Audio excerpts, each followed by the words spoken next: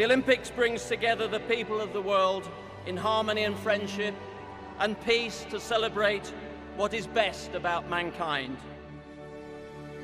There is a truth to sport, a purity, a drama, an intensity, a spirit that makes it irresistible to take part in and irresistible to watch. What we are seeing right now is that dreams do come true. Humans stretch to the limit of their abilities, living for the moment, but making an indelible mark upon history. The champion becomes a legend.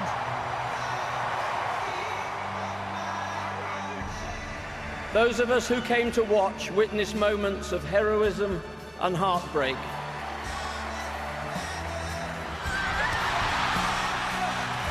We know more now as individuals and as a nation just what we are capable of. And that knowledge will drive us on. We lit the flame and we lit up the world.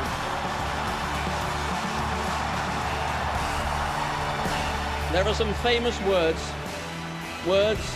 that when you read them, you know, mean high quality, mean skill, mean creativity. We've stamped those words on the Olympic and Paralympic Games of London 2012. Made in Britain.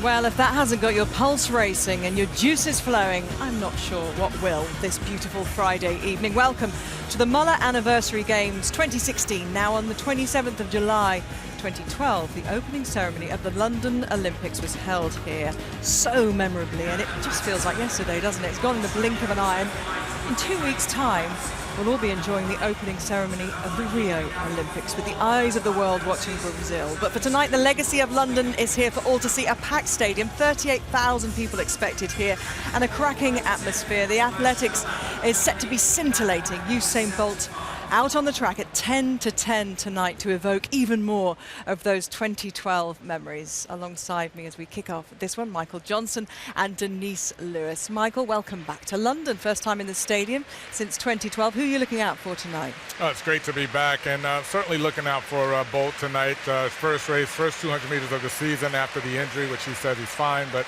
this will be interesting to see him. And I'm interested in seeing the 100-meter hurdles, the women's 100-meter hurdles. Just a fantastic time for that event right now, and it's packed full of fast athletes tonight. Denise, who are you looking for? Well, that was going to be mine, actually, Michael. 100-meter hurdles as well. Janice Ennis-Hill going in that, but also Ailey Doyle, rather, in the women's 400-meter hurdles, setting a personal best recently in Monaco. She's in fine form. Okay, thank you for the moment. We're going to set the scene on what's to come this evening shortly. But as always in these Diamond League meets, the action comes thick and fast. It's a two-day meet, this one. And first up on the track, it's the women's 400 metres. So it's a good evening to Steve Cram.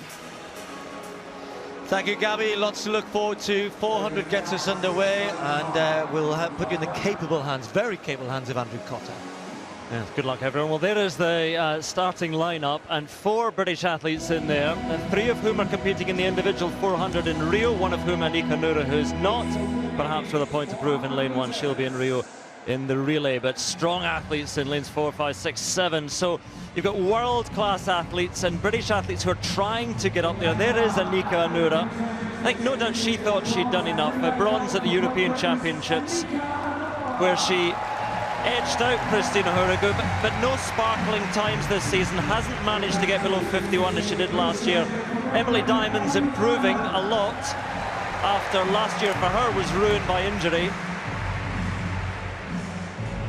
Francina McCrory missed out on an individual place in Rio, 5th in those US trials, which spare no one if you're outside the top 3.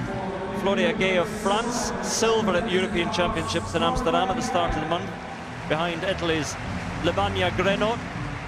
Now, Shawnee Miller has only lost 1 race this season. That was over 100 metres. She's unbeaten over 400. She's outstanding over 200, but she's not going to double up, just going to run the 400 in Rio.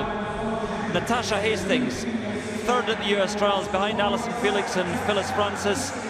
50.17 she ran there.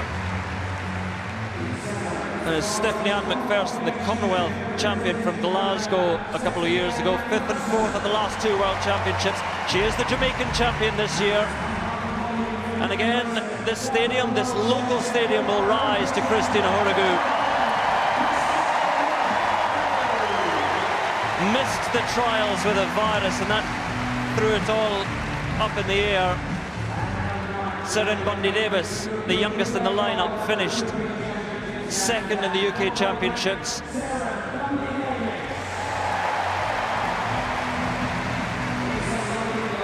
So 4 British athletes competing here in this women's 400 metres on a perfect evening, a quick evening as well in terms of sprinting. We've already seen very, very quick times. It's a freshly laid track as well. So I think we could see some very, very good times here. Not a breath of wind, it's warm. It's still. And Houragou looking for something, the selectors looking for something from her between now and Rio. She's won this race, this event, 3 times in the past with sparkling times. 50 seconds flat in 2013. She's a long way from that, but needs to find something. Shawnee Miller should be the woman to chase here from the Bahamas in lane 5.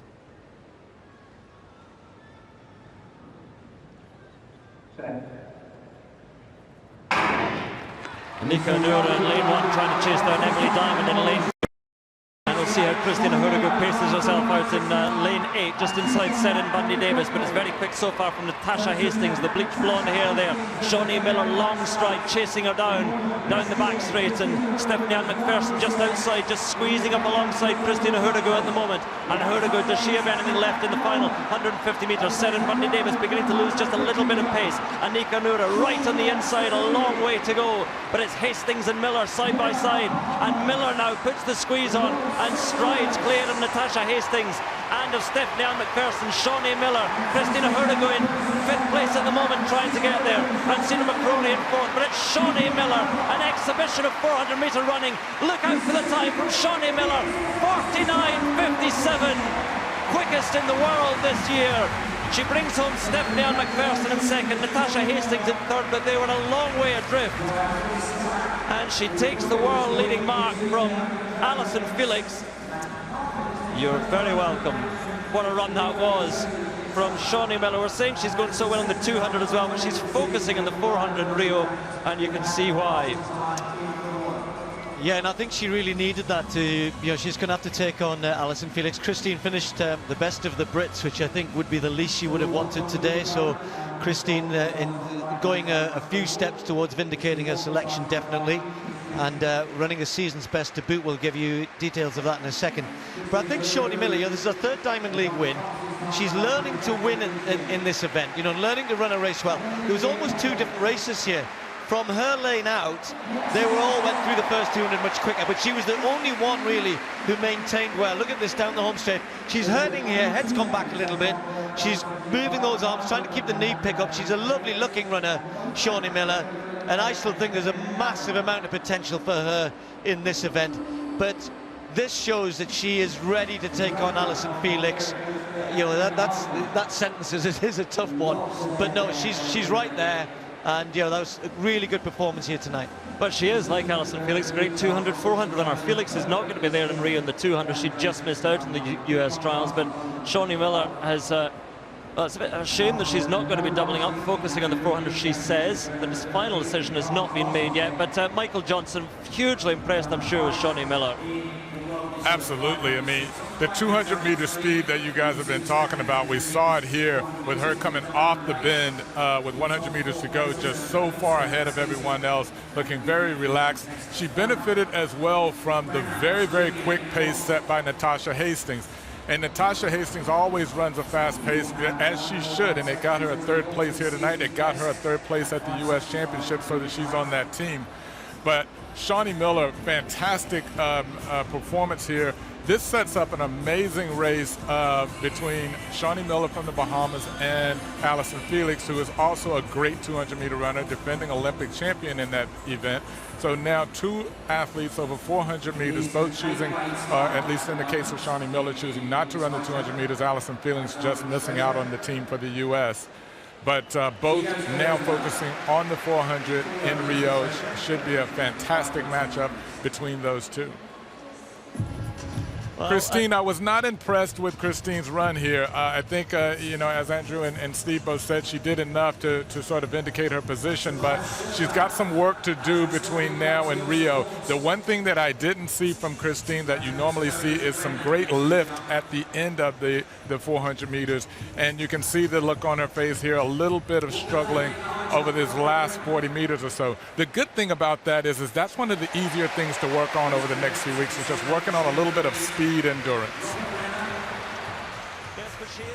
Well, it's a mark of what high standards Christine Hurrogou sets herself. I said, well, that was a great season's best as we were waiting for Michael to finish there. And you said, yeah, great season's best, but not quick enough. But overall, Christine, that is a great stepping stone towards the Olympics. It is.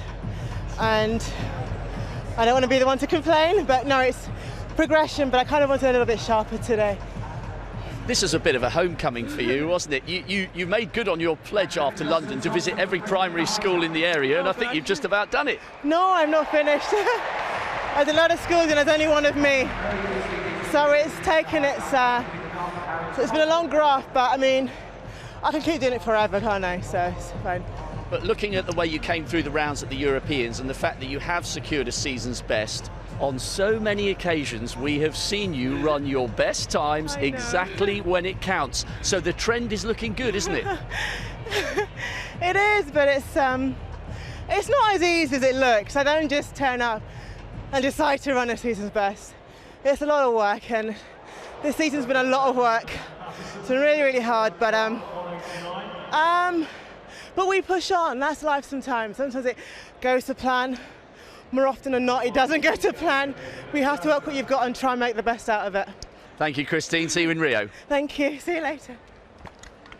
Well, she's smiling, but she's realistic as well. She knows she's got to find half a second, possibly a second, if she's to challenge for medals, which is a big, big ask. But she is improving. 51.05, season's best, 5th place. But Shawnee Miller, quickest in the world this year, long way clear of the rest. Christine, one of the great British stars on show tonight, but over the next 2 hours or so, there are plenty more coming your way.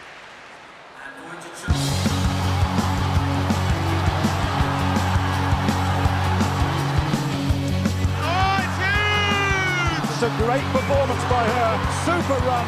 Amos wins it. Laura Muir streaking away. That is big. He's going to win this one easily. CJ Uja. It's gold for Great Britain. Bolt's going to do it again.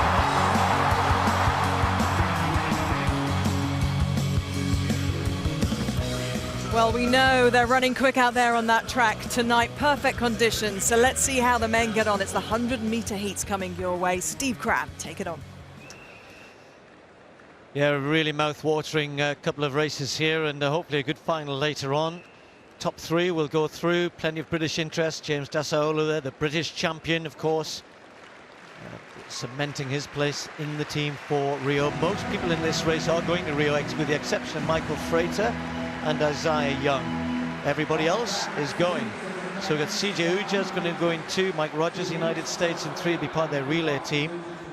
Marvin Bracey, Dasaolu you saw, Aaron Brown, very good Canadian, Young, Bakari of Netherlands, and Eddie Bowen. Well, Michael Frater at the, let's be kind, maybe the twilight end of his sprinting career, although he's still run 10.04 this year. CJ, part of this great crop of British sprinters, and of course individually they want to do well, but they've seen what the women's relay team have done tonight. I'm sure they will be hoping to do the same tomorrow, but individually hoping to run well. Mike Rogers was 4th at the American trials. Marvin Bracey, he was 3rd on the team. Gatlin, Bromell, Bracey. 22 years of age. James Desaolu. You keep waiting for James to really come and bust a time, as they say. 10-1-1 this year. He has looked good on occasion again, particularly that championship weekend. Aaron Brown, well, he had to take second best to Andre de Grasse in the 100 metres in the Canadian trials. And again, the Canadians starting to produce some really good sprint talent again. Isaiah Young, he goes in 7th. Solomon Bakari was at the European Championships, just missed out on a medal in the 200 metres, was 4th in that event. Ran a personal best in the semis in the 200 in Amsterdam. And the European Junior Champion from last year, Oji Edeburan, he's been taken to Rio as much for experience as anything else as part of the relay squad.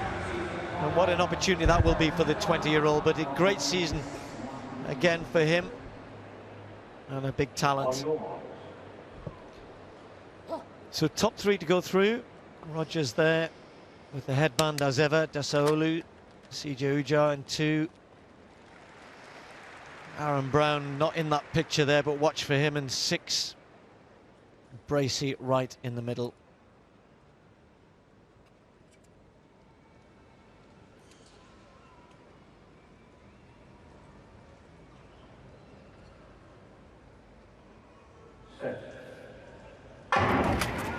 Bracey gets a very good start. Rogers got left a little bit. Desaolu going in. CJ Ujah also going back over in lane 2. CJ Ujah leading this one at the moment.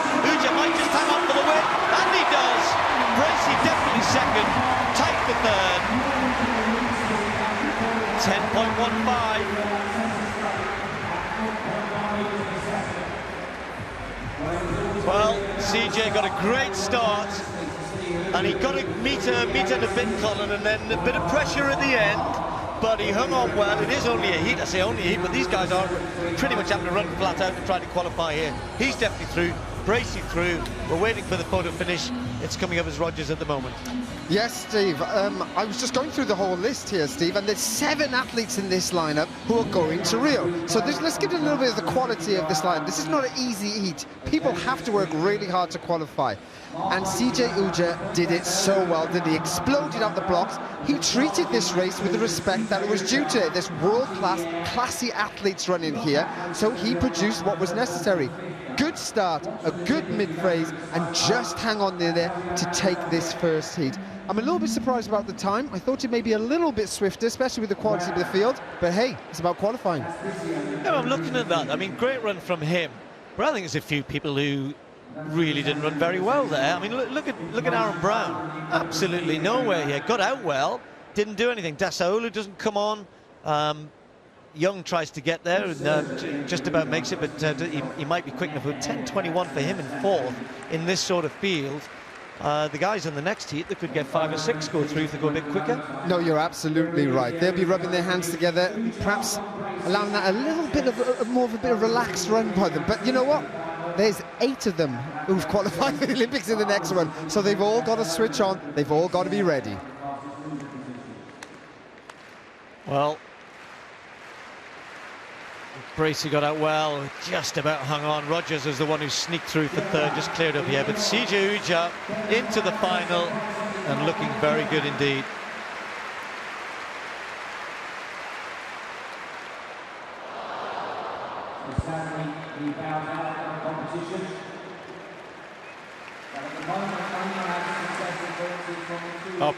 Field event action underway. Morgan Lake, 19 years of age, has had a good start so far. She's had 181, 185, and 189. Yes, perfect start to her evening's work. Britain's sole competitor in this event. Come Rio, Morgan Lake not competing in the heptathlon, and an injured Isabel Pooley, but here this evening in the Olympic Stadium, Lake goes well. So her teammate, Katarina Johnson-Thompson, who is going in the heptathlon. High jump, of course, the second event of 7. Johnson-Thompson, very good at this event, looking for a confidence boost ahead of the Rio Games. Oh, just slowed into that, but a good clearance. She'll have had half an eye on a very sharp-looking Jessica Ennis-Hill in the hurdles a little while ago. And Katharina Johnson-Thompson also clear at 189.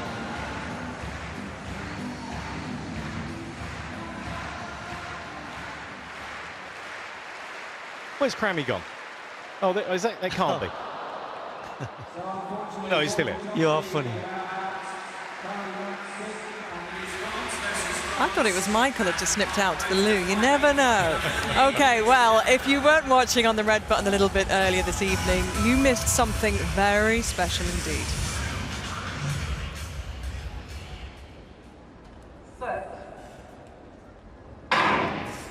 So keep an eye on lane 4. Asher Phillip, of course, with her very, very strong start, is asked to lead them off and already making up ground on the All-Stars outside. It's a good, strong run from Asher Phillip, and so too from Gafour for the Netherlands. But Daphne Schippers has overrun it, and the Netherlands are gone. And now Great Britain are in a strong, strong position. Desiree Henry with the baton in her hand and giving it on to Dina Asher-Smith. Has it safe in a roar meets Asher-Smith as she now rounds the bend with a big, big lead.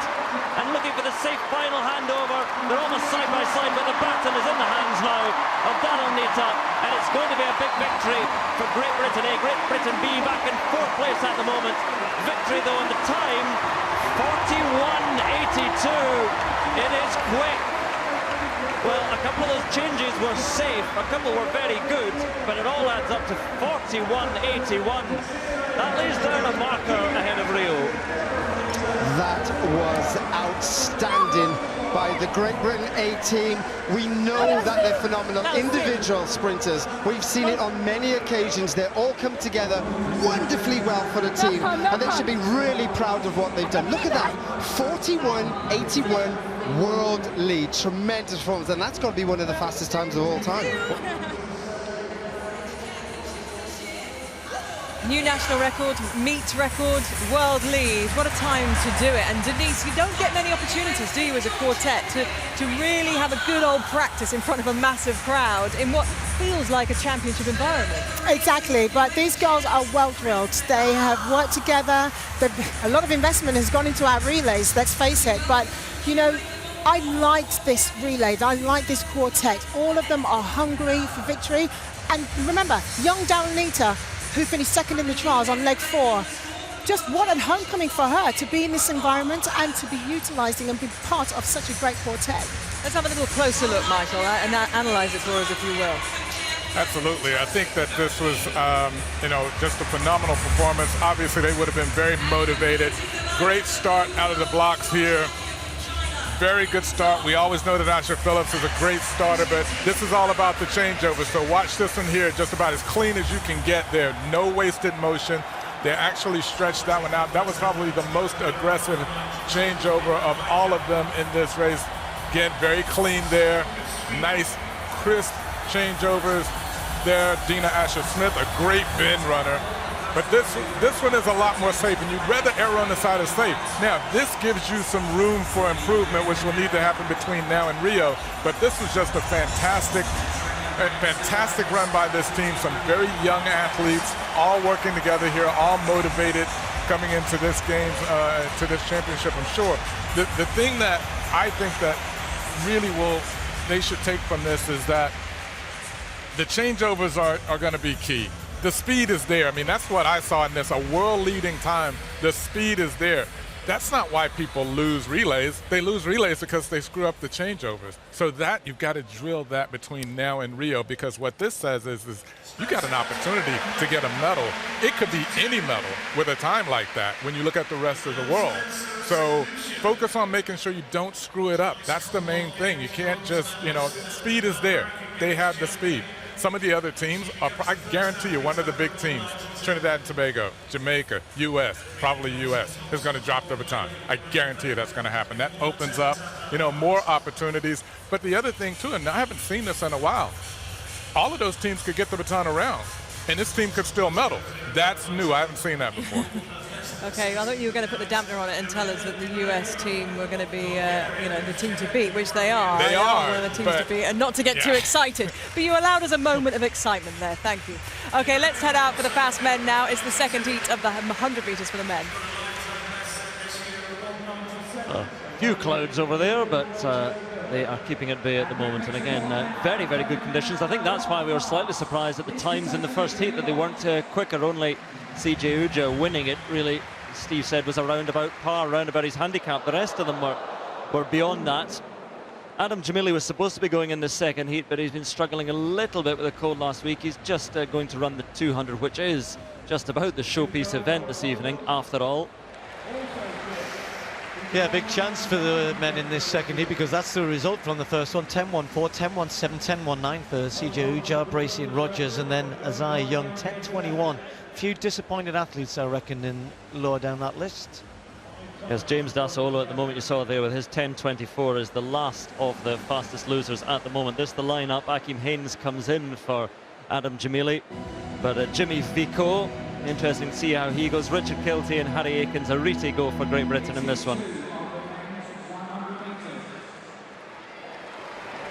There's Akeem Haynes talking about the Canadian sprinters getting a bit quicker, and third at the Canadian Championships behind Andre de Grasse and Aaron Brown.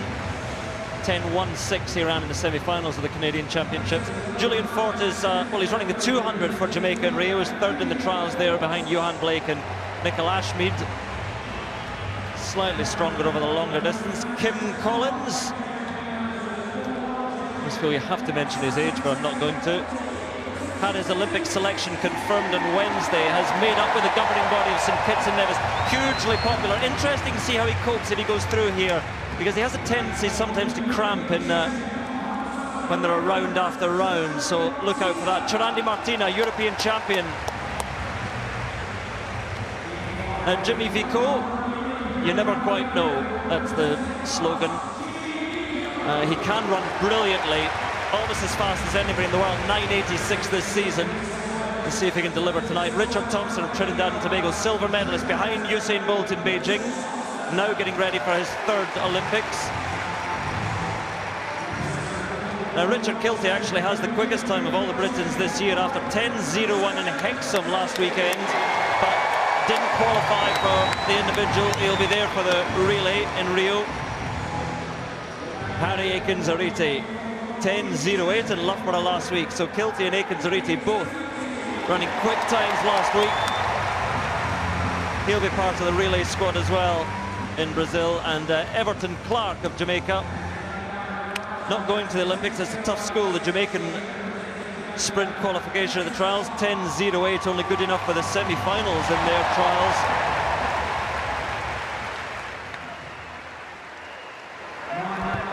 So again, a few of these athletes will have watched that first heat or seen the times and thought, got a good chance of going through here. It could well be, if they all run to their potential, it'll be 6 going through from here. 3 automatically make it, and 3 fastest losers over the 2 heats. So Akeem Haynes on the far side from Canada, and Julian Fort.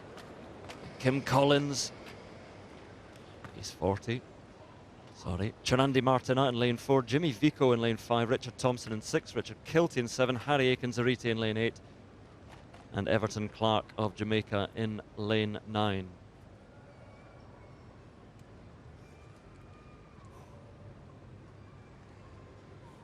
Second heat of the men's 100 metres.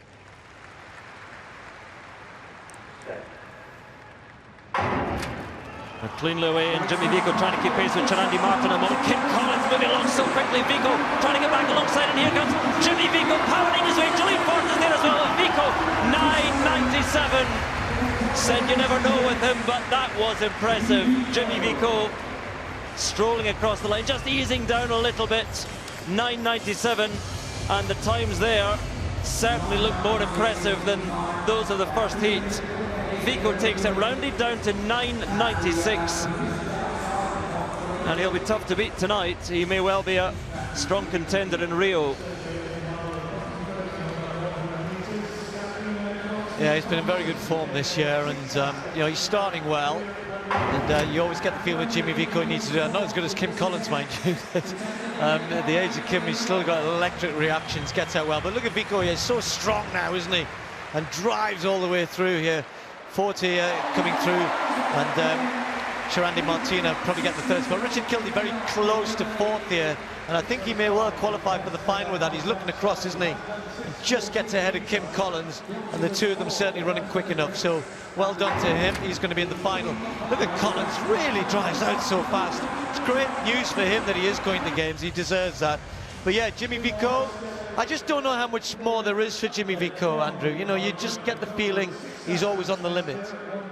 Yeah, I was surprised. We can't see Collins at his start just out of the shot here, but Vico was powering through, and Kilty, best known for his starts, really finished very strongly as well. So Kilty has gone through as one of the fastest losers. We'll confirm all that in a moment. But Jimmy, because he said he's run not just that 9.86, he ran 9.88 in the French trials and 9.94 in the trials as well. So he's run consistently quickly, but he can sometimes go missing. He's had his problems with injuries as well, and sometimes he can tie up a little bit. Not quite Asaf or Powell-esque in the big championships, but he's had his moments. But there he did look impressive. As you said, though, how much more is there to give when he comes up against the really, really quick men such as Justin Gatlin. Jimmy Vico, though, taking this in 9.96, and Julian Fort's season's best time, 10.05, said he's more of a 200-metre man. Sharandi Martina also goes through automatically, and in fact, those three below, I think Richard Kilty certainly goes through. We'll tidy up the rest for you. Men's pole vault potting up. This man, of course, the Olympic champion in 2012, Renaud Lavillenie. Perfect sheet so far, first-time clearances, and exercised the demons at the previous height, 5.75, because he had 3 fouls at the European Championships. Brilliant when he gets it right, but shows some fragility as well. Lavillenie then, 5 meters 83, first attempt, fast on the approach. Oh yes, that's how to do it. He is almost unbeatable when he gets it right. You almost think he's got to get it wrong. Kendricks is still in. He had a third-time clearance of 5.75, the previous height. Barber, the world champion, didn't start. He's ill. So it's only 3 men involved. The other Frenchman, Menaldo, Lavillinie's teammate, but the Olympic champion, Lavillenie, continues in perfect vein. Right then, at the opposite end of the field, the women's high jump, Katarina Johnson-Thompson. After a foul at 192. There's a height she cleared in Gotzitz earlier this year, is her outdoor season's best and lifetime best, and she goes clear, yes. Well, essentially she wants a confident boost ahead of Rio, and that's exactly what she would have wanted. Slight adjustment there, maybe 2 strides out. But a good clearance for Johnson-Thompson. The next height will be a lifetime best. Equal PB. Look at that for Johnson-Thompson. Well, one of the most impressive British athletes so far this season, who's progressing, it seems, race by race, is Eilidh Doyle. The 400-metre hurdles is up next on the track. Steve Cramp charts her progress this season. Former European champion and Commonwealth silver medalist Eilidh Child added to a list of life events by getting married to Brian Doyle in October. A new home together in Bath, and life is more settled for the 29-year-old Scot. A happy home life seems to be translating to success on the track. The 400-metre hurdler got her season off to a flying start when she won in Doha, her first ever Diamond League victory. It's a great performance, 54-54. That's a good win against some good opposition. Just talk me a little bit through the season so far and how it's gone in your eyes. I mean, it's gone really well. I think I opened up really well, obviously, out in Doha. It was my fastest ever opener, winning the Diamond League, which is the perfect way to start it. And I've just been kind of plugging away the last few races, trying to iron out some technical issues and just really trying to get the perfect race, trying to really nail my race. Eilidh went on to secure top 3 Diamond League finishes in Rome and Birmingham, before winning again in Monaco last weekend in a personal best time of 54.09. A top-class performance, but not quite flawless. Just as she's getting tired, just has to chop a little into the last one, but everything else was perfect there tonight. We made changes this year, and I think if I get that stride pattern right, that's going to take me into the 53s. 5 other athletes have run quicker than her this season. The fastest of them all, American Dalilah Muhammad. She's the only one to have run under 53 seconds. It'll take perfection if Doyle wants to be on the podium in Rio. But her mindset going into these games will be slightly different to the London Olympics, where she made the semi-finals in 2012. I think mentally I'm a totally different athlete to what I was kind of 4 years ago, and I think that's just because I've been running well and obviously confidence is high. So it's nothing to do with getting married and everything, that's not Well, my husband will claim it is, but no, I don't think so. All right, well, we wish you luck this weekend. Thanks very much. She was a child in 2012. She's very much the woman to watch out for as we head to Rio. And Colin Jackson has been taking a closer look at the fantastic run, her PB in Monaco last week. Colin, what have you seen about her progress this season that's impressed you? Well, this is a really phenomenal performance by Aileen here in Monaco. She starts off, as you can see, she's going to get herself into that real position where her mind has got to be focused on what she wants to do. She's got a stride pattern that she wants to work for, and she's highlighted here very clearly for you. So she works very hard into the first hurdle to set herself up into her rhythm. Now, what she's looking down now is a stride pattern of around 15 strides, usually and hopefully for 6 hurdles. But here, she managed to do it for 5. Absolutely fine, because she has good ground speed anyway. She is one of our fastest 400-meter flat runners as well. Remember, when she gets into the relay team, she's always under that 51-second mark. She changes down there to that 17, so it sets herself up nicely here to take it on the left leg, so she can drive off this final curve. Works hard here, you can see, good rhythm, nobody else around her. Comes into this barrier here now, and you want her to push on, but fatigue is there in this, so instead of her really going for that long stride, she chops down, and I think that's where she loses her personal best and getting under that 54-second mark, which is exactly what she wants to do. Working hard, she's aggressive, but I know in training she's managed to do that stride pattern correctly. So I'm hoping that tonight, in good conditions and with a good field around her, she can go under that 54-second mark, Gabby. And thank you, Colin. And that is psychologically so important, isn't it, as she heads to Rio? Absolutely, it's going to be key for her to get that confidence, and she's capable of it. She has done it before in training, so keep our fingers crossed. And Colin said that she just chopped a little bit before the last hurdle. There is still work to be done, which is actually brilliant because of the progress she's made so far, Denise. This is what all athletes are striving for. They're striving for perfection. It doesn't always happen, but it gives you that target. It gives you something to work for. And for me, her progression over the last few years, that air of confidence that you see in her face, in her eyes, when she's on that start line, she's focused, she means business. Steve, earlier on you said some athletes will use tonight as a stepping stone, others will be looking through this meet towards Rio. What do you think about Ailey? Well, I still think she's very much focused on Rio, but she's in a different place to where she's ever been in her career. I think she has every chance of running a personal best tonight. I agree with Colin. I think it's perfect conditions, and chatting to her yesterday, she's delighted with lane 4. Actually, she was in command. You know, there's technical meetings, and there's arguments around who runs where. And Ailey, for the first time in her life, really, as an athlete, was the one dictating which lane she had. She's chosen lane 4, so it's really all about her tonight. But, of course, the Americans are very, very good. Let's not forget that. We've got the quickest woman in the world in the race as well in lane 6. She is Dalila Muhammad, as you saw in that piece about Ailey there, and she has run 52.88, which is a phenomenal time, of course. The first person since 2013 to go under 53 seconds. There's the rest of the athletes. We'll go through them one by one. Pedroso's had a late start to her season on the inside. Has only had one race, 57 seconds for the former Cuban, now running for Italy. So she's somebody who's looking for races to get her ready for Rio, definitely. Linkovic, well, she won a silver medal at the European Championships, which took place in Amsterdam just a couple of weeks ago. Good performance from her there. Season's best was in Warsaw, hometown. Well, Americans have got real talent in this event as well, and this is somebody, Jade Stepter, who we haven't seen too much of. 6th at the NCAAs, 7th in the American trials. And just listen to the reception for Ailey Doyle from the Petruvi Club.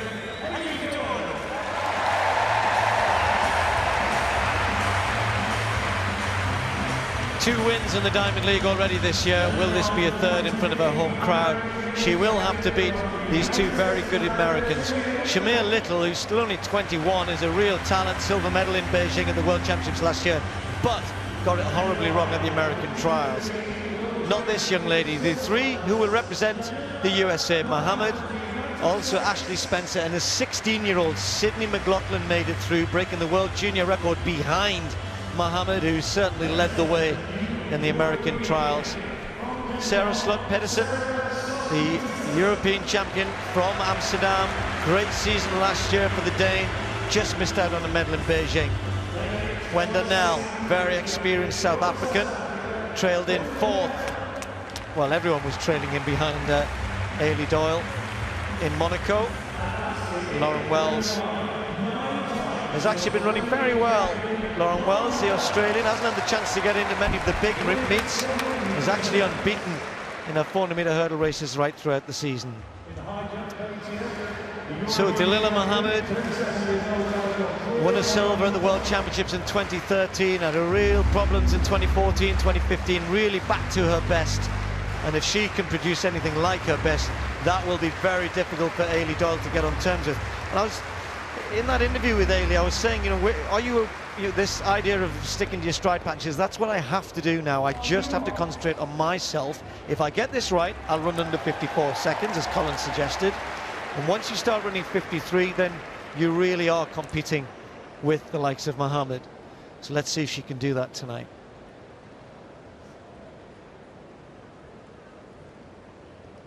So the American champion, fastest in the world, in lane 6, Eilidh Doyle in lane 4. Between the two of them, Shamir Little of the USA.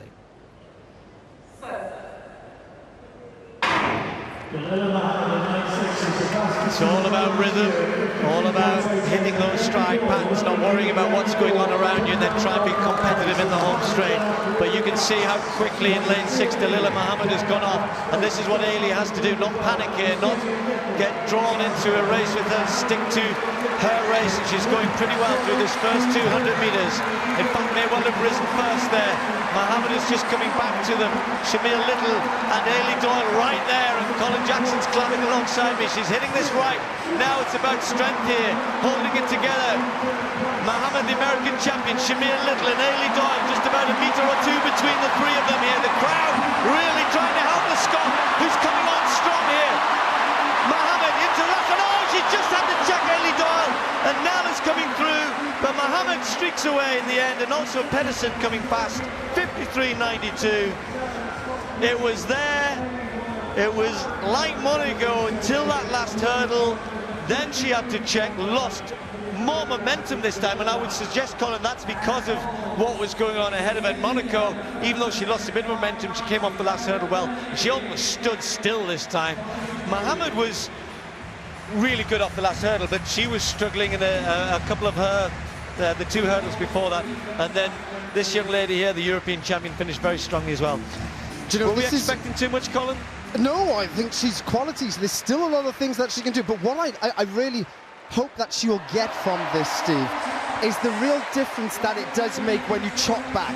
Because when she was there, ready for the attack, and she's coming after this now, to hurdle 8, and she's going into hurdle 9 now. You can see she's there or thereabouts. She takes this barrier really well, and it's full of running. Look how she's gaining on these women. And then all of a sudden, brakes go on, check back, and look at that. She gets drawn back by every single person in that field. And I think when she goes home, she'll watch this and she'll feel this and go, okay, I can be up there close to that 53.9 mark.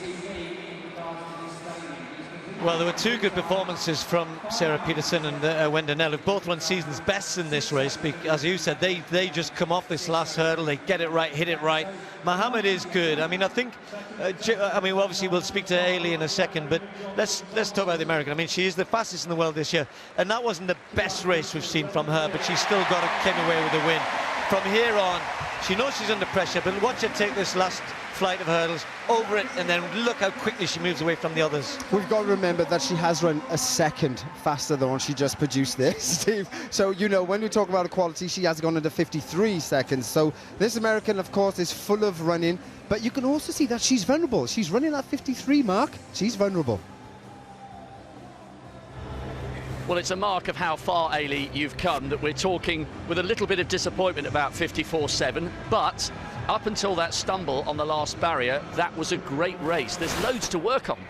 There is, but you know, I'm just really annoyed at myself because I made the same mistake in Monaco, but I felt quite strong coming off the last hurdle, but I felt like I was really tired in there, so I just had that extra hurdle to stride in, and I shouldn't have, and I felt I lost me a good position there.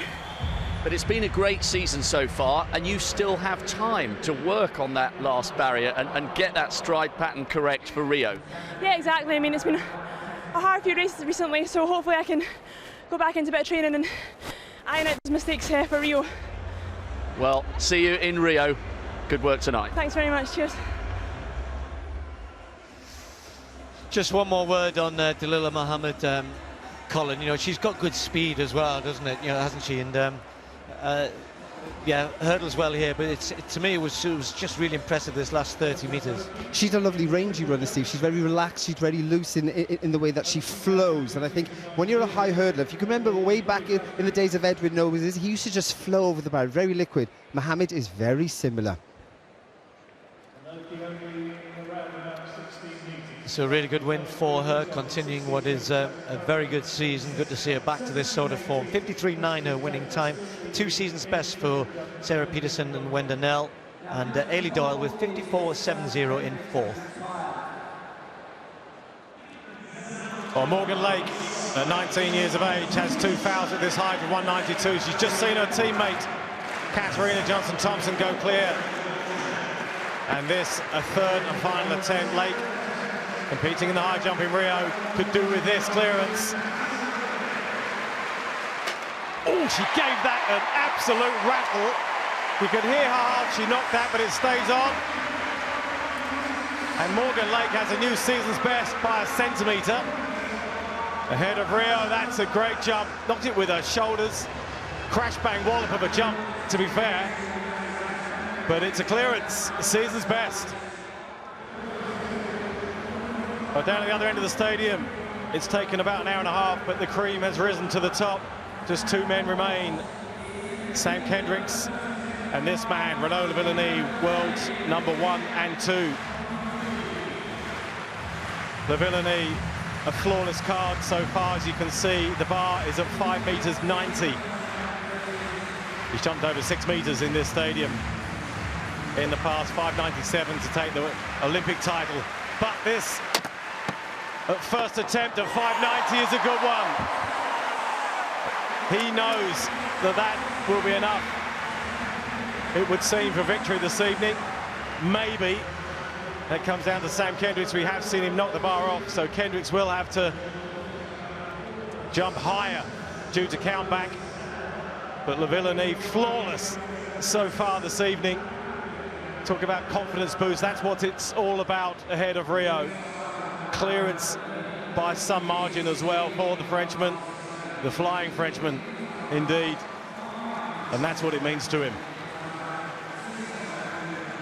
Let's have a look at this from the side. We'll get an idea of just how far over he is. There's daylight, isn't there? He is just head and shoulders above the best of the rest of the world. He's brilliant. All right then, 1.95. Equal personal best, you can see at the previous height already this evening, outdoors that is. She's jumped 1.97 though. Bear that in mind in taking the UK indoor title early last year. It is one of her best events, this and long jump. 2 of the 7 she will contest in the heptathlon in Rio. 1.95 then, Katarina Johnson-Thompson. Oh yes! Johnson-Thompson has gone clear. Wow, well, I'll tell you what, ahead of Rio, that is just what she would have wanted. A boost in confidence. Your strengths have got to be good, of course, to carry whatever else goes on. And daylight, there may be even more to come. Brilliant clearance on the second time of asking for Katarina Johnson-Thompson. A huge personal best outdoors for Katarina Johnson-Thompson, a huge boost to confidence for her as she heads to Rio. That would be enormous in terms of points, but it's enormous for somebody who stuttered on her high jump in Beijing last year and bombed out on her long jump. Yes, and that's the name of the game at this stage, so close to Rio. It's about your mind. It has to be focused, it has to know what it's doing, and Kat has had her problems like you've highlighted, but this is one of her really strong events, and she needs this to go well. We talk about Jess in the hurdles, you know, how she needs to hurdle well. This is what she needs, because she's a great high jumper. Because it's so early on in the programme as well, to get those points from world-class high jumping. It's just so important for somebody who could be up there challenging the top three, certainly, you know, challenging for medals. Yeah, she could challenge for medals. I think the thing that hopefully what she's learned from last year is things may not always go right, and you have to be able to rebound from that. So she may have an event in Rio out of all of the events that may not go according to plan. You've got to be able to rebound, get back into it, and score more points and have personal best performances in order to make up for that. But I think what happened to her last year is she just started to spiral once things started to go wrong.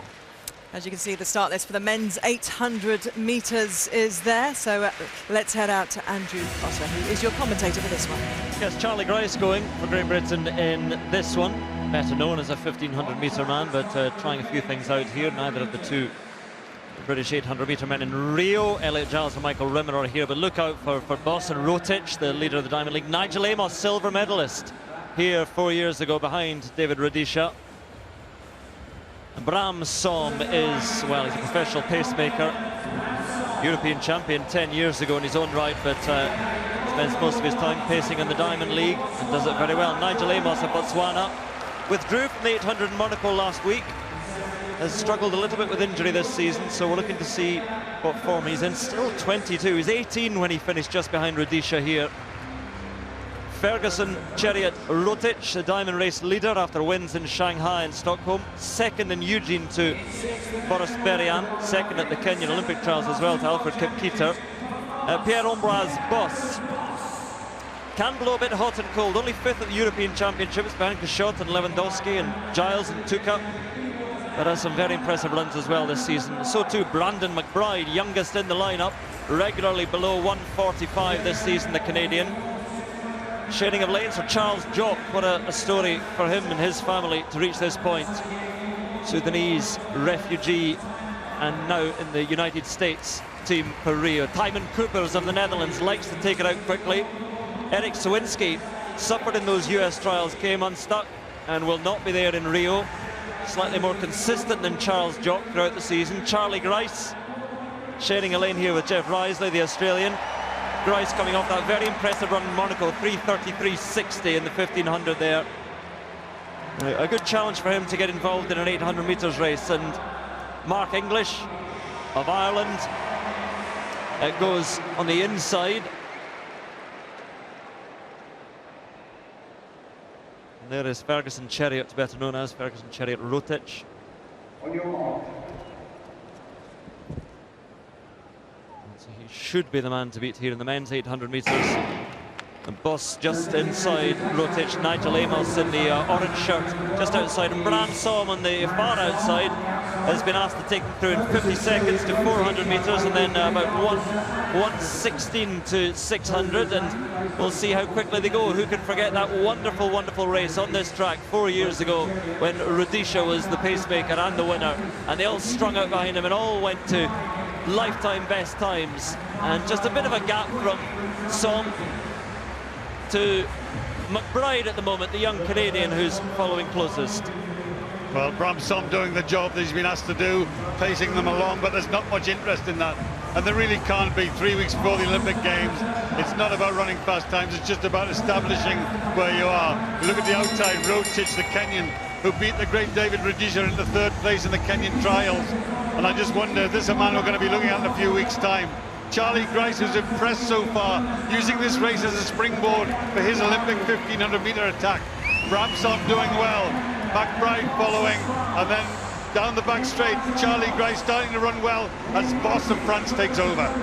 Boss hits the front and Amos tries to lift the pace a little bit with that rather ragged style, and McBride, an elegant runner inside, but Boss leading them out at the moment.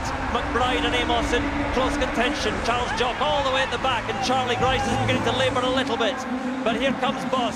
McBride trying to lift the pace, but it's Pierre-Ambroise Boss coming through for the victory surely. McBride, does he still have something? He's closing a little bit, but he's not going to get there.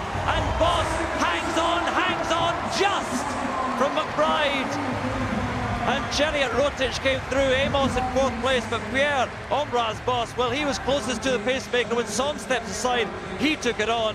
And what a time he's run there, 1:43.88. And he did it the brave way, the hard way, from the front. I said that he can blow slightly hot and cold and was 5th at the European Championships, but he was in charge there. Well, I think that was disappointment. A good result for Bosse and a surprise result in some ways. He's got the talent, but we see him on the big occasion, doesn't quite do it. Tonight, I just thought he ran a perfect race, but Charlie Grice coming off the track there, he's had a look at the time now and he'll be absolutely delighted. But here's Bosse into the finishing straight. McBride from Canada chasing him. Amos, the Olympic silver medalist, and Rotich, the man who were looking to do well in Rio, both fading a little. Bosse holds them off. McBride runs well. Rotich just comes through and finishing there on the screen. You can just see coming into shot at the back. There's Charlie Grice coming into the finishing straight, and he'll be delighted with this. 1:45.6. What a perfect time to run for him. A personal best for Charlie Grice, which now means when he goes to Rio for the 1500 meters, he won't be contending with these guys, but he's got an awful lot of confidence coming from that. There's Bosse. Very, very good performance. McBride looks impressive. Amos clearly struggling in 3rd place, and Rotich just overtaking him. But these two on the way through, running well, running strongly. There's Rotich into 3rd place. He'll be disappointed with that.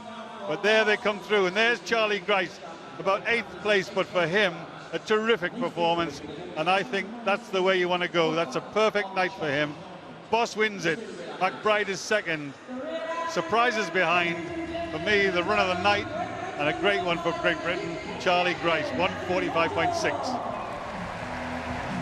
Yes, confirmation of that, and again, when he was so far down the field, it rather gives a false impression for Charlie Grice. He's not on the first page there, won by Pierre-Ambroise Bosse, 1:43.88, very impressive. So too Brandon McBride, and Ferguson Chariot Rotich, the Diamond League leader, only in 3rd, Amos in 4th. But if we can move it on to the next page, you'll see the time of Charlie Grice, 1:45.53 for the man who's a 1500, a miler.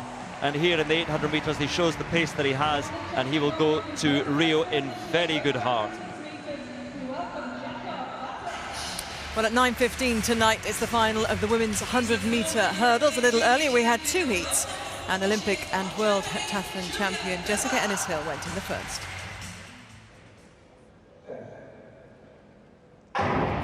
But cleanly away, and Cindy Rowland alongside Brianna Rollins, but Rollins leaving them at the moment, and also going well, Tiffany Porter. It's Tiffany Porter and Brianna Rollins. Ali trying to get back there, but it's a Rollins, and then Rollins stumbles, and Ali coming through, and Jess Ennis-Hill there as well. What a run, 12:70 for the winner, with the slightest breeze helping, but that will be quick from Jessica Ennis-Hill. 2 things to look for there: who won the race, who qualified, and the time of Jessica Ennis-Hill. She's smiling. And Porter was there for a while, but I think that is a race to be very, very pleased with for Jess Ennis-Hill. Well, she's looking in great form, by far her quickest time this year, and I'm sure an inspiration to all the British athletes. Seren Bundy-Davis has joined us in the studio. It must be fantastic having somebody like Jess around in the team.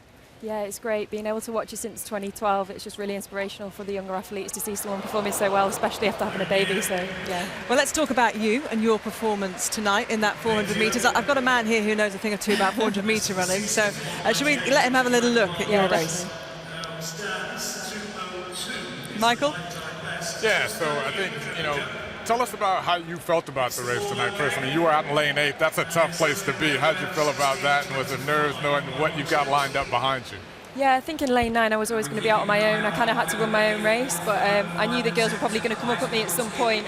Shawnee Miller's a world-class runner, so yeah, I just tried to pace it like I would a normal 400 metre race, but yeah, I need to watch your back, I think. Yeah, so you got out well here. It's a world-class field behind you. They haven't made up much ground, but you know Natasha Hastings is always going to run fast.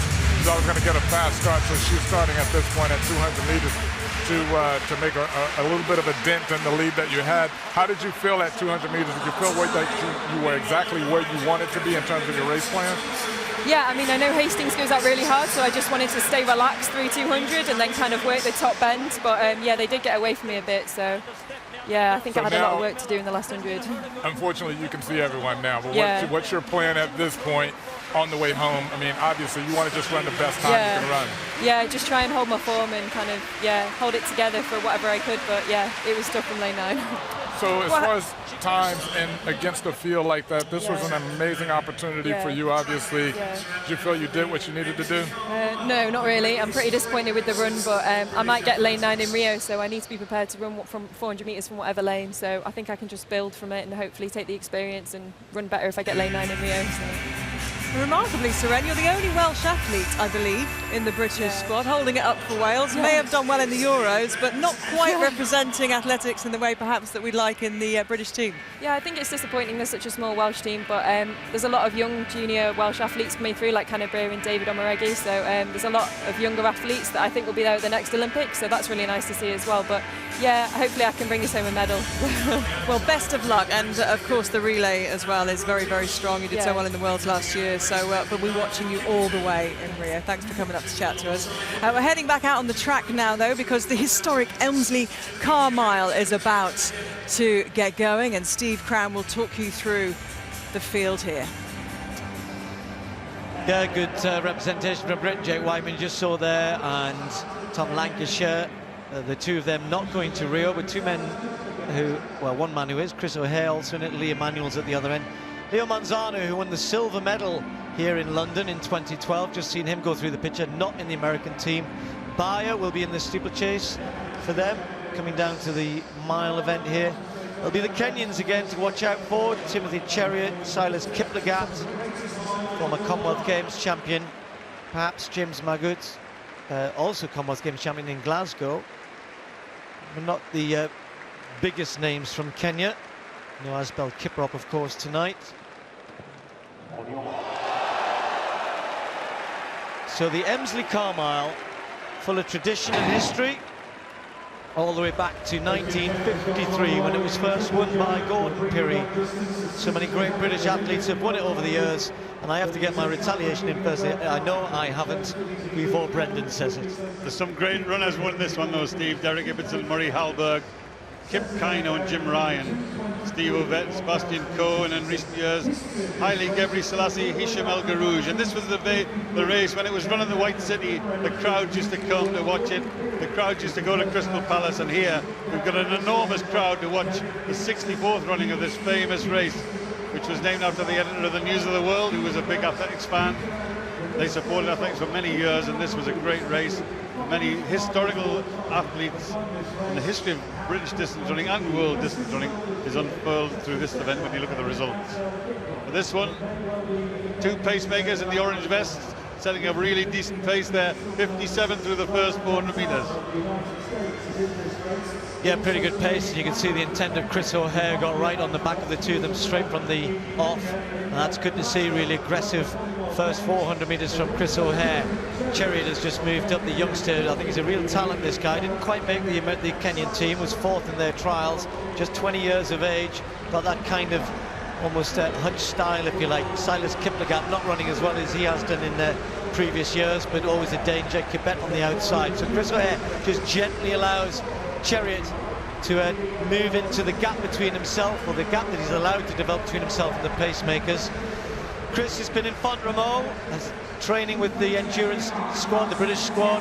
Mo Farah, everybody else up there, popped down to London to race. They'll all be heading back before heading out to Rio.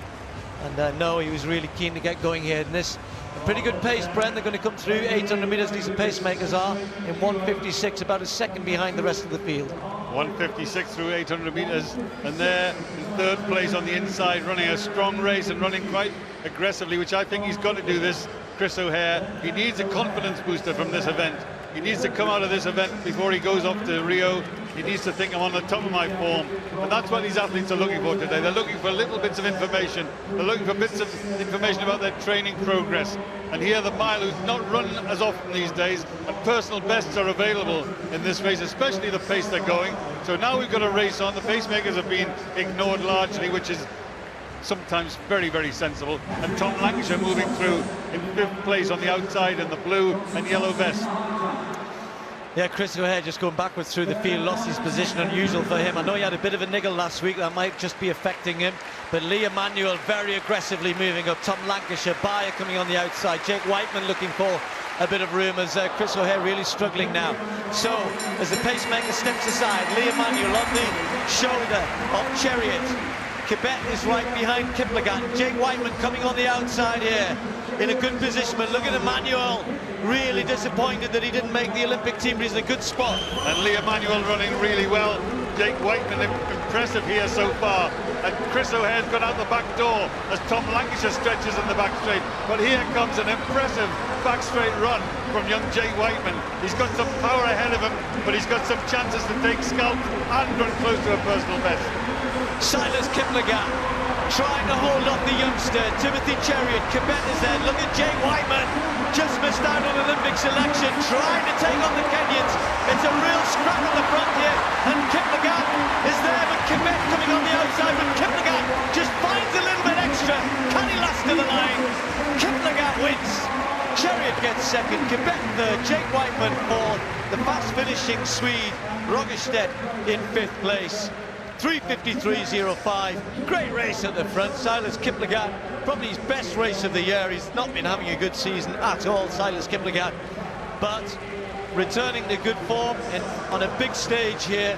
You know, in his day, Brendan, he's one of the best Kenya have ever had, and he'll be delighted to have found some form. A little bit late for him in terms of Rio, but a good win for him. Good run from Jake Whiteman in 4th. Excellent run by Jake Whiteman in 4th place. The 3 powerful Kenyans sprinting in the finishing straight, Kiplagat, Kibet and Chariot, but there Jake Whiteman judged this race properly, judged it perfectly. A personal best going into this race of 3:57 for young Jake Whiteman, and he's come out with a real bonus, 3:54 or even a little bit less than that, looking at it from here. We'll get the official time in a moment.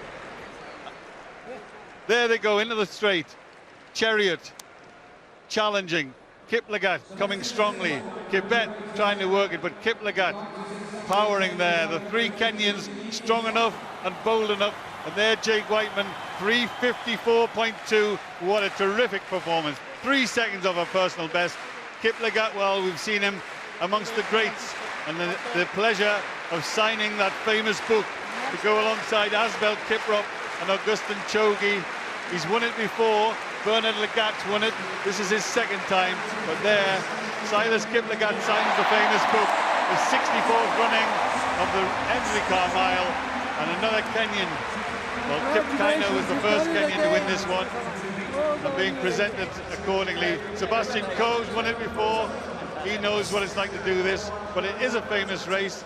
And the mile should be encouraged.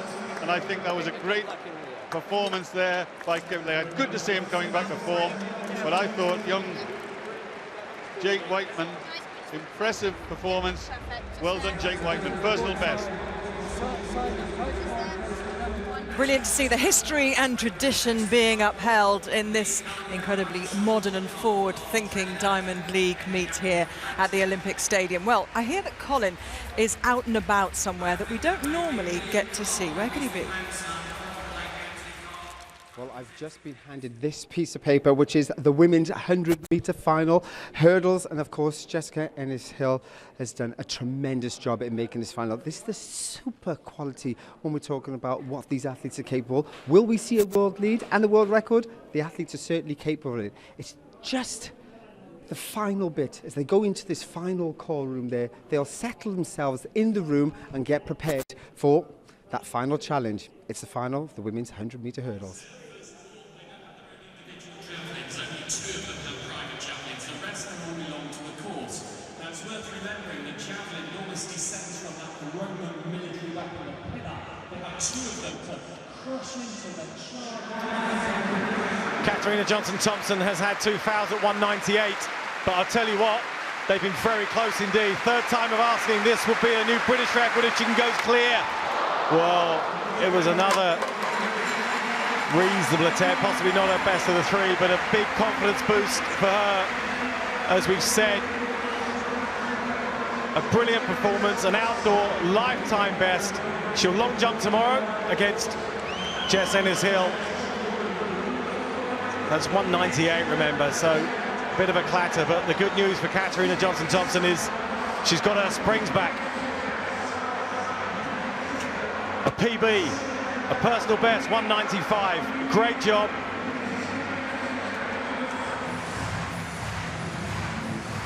Renaud Lavillenie then looking to cap off what has been a very solid performance this evening. 597. Last attempt, last chance. This to match the height. He cleared for gold, not to be tonight. I was going to say the height that he cleared to make gold in 2012. Appreciative of the support.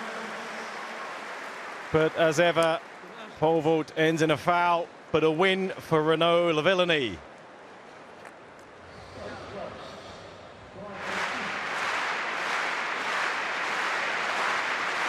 Ruth Beitia then, the recently crowned European champion for the third time. Looking very focused indeed, but carrying those two fouls, has to go clear. Oh, she seemed to salvage that, and it's a great clearance for Beitia. Michael Johnson earlier talked about athletes coming fourth behind Russian athletes. Well, Beitia was fourth here in this stadium in London 2012, behind two Russians.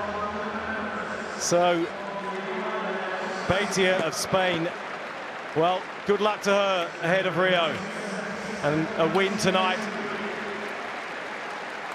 equals season's best for the Spanish athlete. A good clearance, gave it the slightest of rattles. Absolutely brilliant. 198.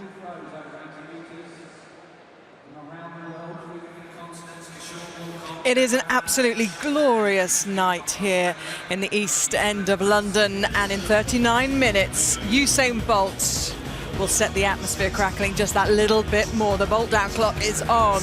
The great man is competing in the 200 metres here just before 10 o'clock. His first competitive 200 metres of the year, a gold medal he hopes to retain in Rio in 3 weeks' time. Another Olympic great getting ready to go in the final of the 100-metre hurdles is Jessica Ennis-Hill, who posted a really impressive 12.74 earlier this evening in her heat. Denise, she'll be hoping now that she's with the very best of the best, because of course the other heat was quicker, that she can go even quicker herself. Absolutely. I mean, she was denied running really well in her last heptathlon. She ran 13.10. Conditions weren't great, but like you said, the conditions are primed for, for a good race. Great competition, just what she needs to get her mind where she needs it. She's such a strong competitor, but she'll want to use this and run really quick. And these multidisciplinarians, they all have their favourite events, don't they? And this is the start of the heptathlon, is one of her favourites, which psychologically is fantastic for her. But she will know herself, won't she, where she wants to be and what she wants to take with her on the plane to Rio in terms of times and performances. Absolutely, and she's in one of the best positions of any athlete competing here tonight, because this is not the event that she's participating in the Olympics. This is one of the events, one of her best ones, so she has the opportunity to compete against some of the best in the world that are in this race tonight. And this also is so fantastic for her that this is one of her best events, because it starts off the whole heptathlon. So gives her the opportunity to just put pressure on the rest of the competitors. But she'll want to run a really fast time here tonight. This is a great track for her, great atmosphere for her. It couldn't be more perfect position and conditions for her to produce a really fast time tonight. She went into that World Championships last year in Beijing, Denise, with just 10 months training under her belt after the birth of her son. She didn't really know where she was physically, she said. She hadn't really tested herself and, as much as she had, say, in the build-up to London. She's had that extra year of training now. She looks different to the athlete we saw in Beijing. She does. She's stronger. But remember, she has had her issues this season with, minor tears. So it hasn't been an ideal preparation. But her experience allows her to say, look, I'm going to choose my competitions, I'm going to choose them wisely, and I'm only going to compete when I'm ready. And so she will put down a marker, and this is why the heptathlon is so great, and this event for her, that she puts down that marker, everyone has to chase, and she knows it has to be strong. In the stadium tonight, one of her rivals, one of her main rivals in Katarina Johnson-Thompson, she said herself, hasn't she, Jess, that when Kat gets it right, she is going to score more points than her. And she'll be looking at this thinking, yep, she's still there. She's still pushing the barriers, still pushing all of us to perform to our very, very best. Well, we're expecting great things. We're expecting a great race. Andrew Cotter. And Jessica Ennis-Hill has been given the same lane that she had in 2012 when she ran 12:54. But what a lineup against her. The strength of the Americans. They really have had Sally Pearson apart, a couple of Jamaicans, but they really do have such strength in this event and have had for many, many years. And Stowers, Nia Ali, Kendra Harrison, Brianna Rollins, Christy Caslin, all will fancy their chances of taking victory here. Tiffany Porter goes for Great Britain as well, but she had to give second best to Jessica Ennis-Hill in the heats. Anna Zagreb goes on the inside, the Belgian champion. There really were some quick times in the heats. Tiffany Porter, though, is just a couple of tenths of a second down from her best. She's been competent this year without really setting the heather on fire. Alina Talley, silver at the Europeans behind Cindy Rollager, the German Rollager, very disappointing in the heats, but Talley is here to compete in the final. Jasmine Stowers, we talk about the US trials, and she fell at the last hurdle in the trials, but in contention for second or third place.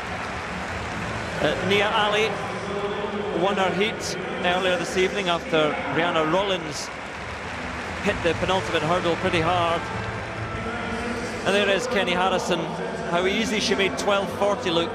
Not a stadium record, 12:35. Sally Pearson ran when winning the Olympic title. Pearson, who will not be in Rio after tearing her hamstring. There is Brianna Rollins, world champion 3 years ago, won the US title this year. And again, looking to make amends for that hurdle hitting effort in the heats. And they see her on the big screen and they start to cheer.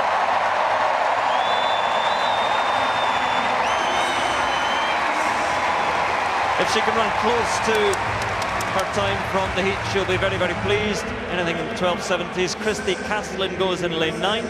Second at the US Championships behind Brianna Rollins. So again, a hugely powerful American lineup within this final. And you know that Kendra Harrison, Kenny Harrison in lane 6 feels she has a point to prove. Made 12:40 look so comfortable in the heats. She goes there, left of your picture in lane 6. You get Anna Zagreb in 1, Tiffany Porter in 2, Alina Talley of Belarus in 3, Jasmine Stowers, Nia Ali, Kenny Harrison, Brianna Rollins, all of America in 4, 5, 6, 7, Ennis-Hill in 8, and Christy Caslin in lane 9.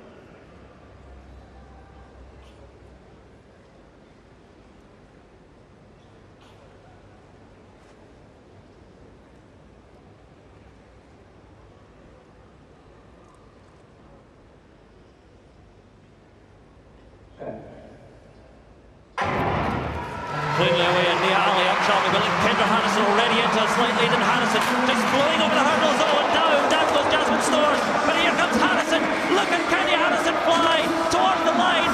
12:58, not quite as quick as in the heats, but she won by a huge margin. And she says once again, you'll be missing me in Rio, I am number 1. But that is the nature of the US trials. But here tonight in London, she has won. And well, it has been, where the clock has been corrected. I thought it was faster than 12:58. Look at the clock now. It is a new world record. And the ancient record of Jadranka Domkova of Bulgaria has gone.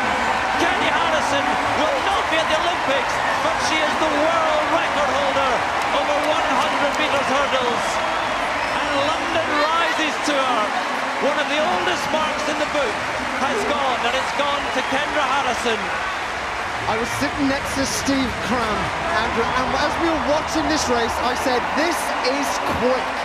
No doubt about it. And then when we saw the clock at 12:57, we had a little bit of dismay, but it looks like she dipped under at that clock, and the second time was given of 12:57, which was Brianna Rollins. What a performance. Right at the beginning, I did introduce, when we were down in the call room, the quality of the field. Knowing that this young lady has the ability, we saw her cruise through the first round, 12:40, looking very easy and steady, and she just went through it in the final, and what a race. And we're all deprived of her in Rio. Hurdles are one of the things that it shouldn't be like this in the hurdles, because things can happen in a one-off race. I know that's the nature of the US trials. She has some compensation tonight, but it is a real shame that she will not be in Rio. But she is the world record holder, and that record set by Jordanka Donkova goes back to 1988. This crowd has been treated with a phenomenal performance, haven't they? What a really, really landmark performance from her. 12.20, and as you said, taking that world record of Jordanka Donkova. Phenomenal performance by this young lady. Well, we all watched that and we all thought that time was surely quicker than 12.57, but as Colin has explained, she went under, and Brianna Rollins came through in second place in 12.57, almost 4/10 of a second behind Kenny Harrison, but that is athletics history made tonight in London by Kenny Harrison. Yeah, she's full of emotion. Look at that. She cannot believe what's happened here in London town. Let's watch it. Explodes out the block. She gets a clean very first hurdle. Looks like she falls off the barrier, but she just rolls off it, didn't she? And she runs off that trail leg so aggressively. This is a world-class field. She's absolutely destroying. Look at the margin of victory.